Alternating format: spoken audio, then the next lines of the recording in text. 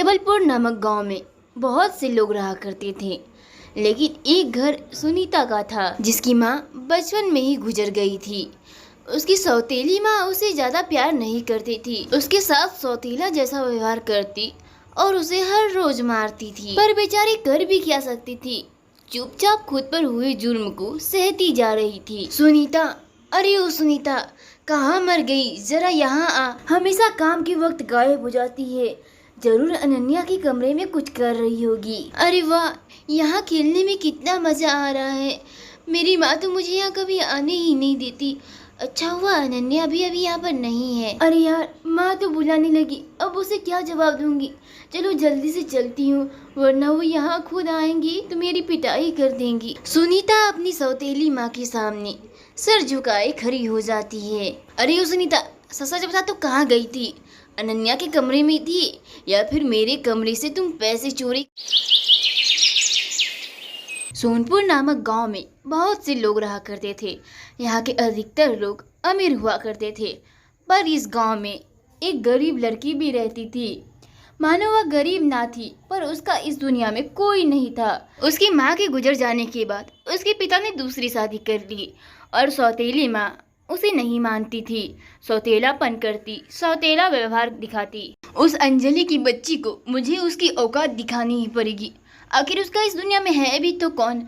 जो उसका पिता था अब वह मेरा पति है। कल को मेरे बच्चे होंगे तो मैं क्या करूंगी? माया ऐसा कहकर अपने पति का इंतजार करने लगती है और वह आज अपनी सौतेली बेटी की शिकायत लगाने वाली थी।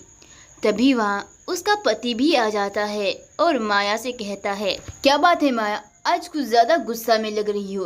कहीं तुम मेरी बेटी के बारे में कुछ तो नहीं बोलने वाली? देखो, मैं जानता हूँ कि तुम उसे पसंद नहीं करती, पर वो हमारी बच्ची है। हेलो माँ, मेरे पति तो उनकी बेटी के बारे में कुछ सुनने के लिए तैयार ही नहीं हो रहे।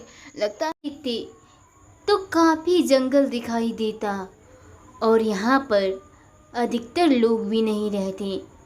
इसमें से एक घर में एक आदमी रहती थी जो कि बड़ी ही आलसी थी।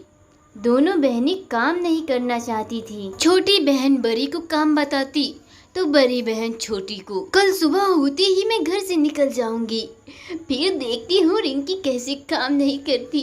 अरे मैं भी कितनी चालाक हूँ।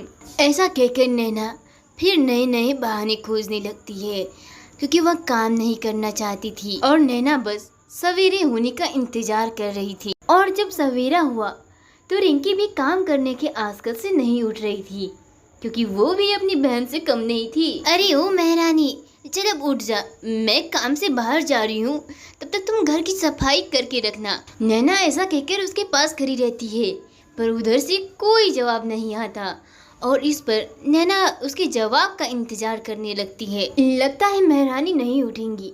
मुझे क्या, मैं भी सोने जा रही हूँ, मुझे भी कोई काम नहीं करना। ऐसा कहकर नैना भी अपने कमरे में आ जाती है, पर उसे भूख के मारे नींद नहीं आ रही थी। अरे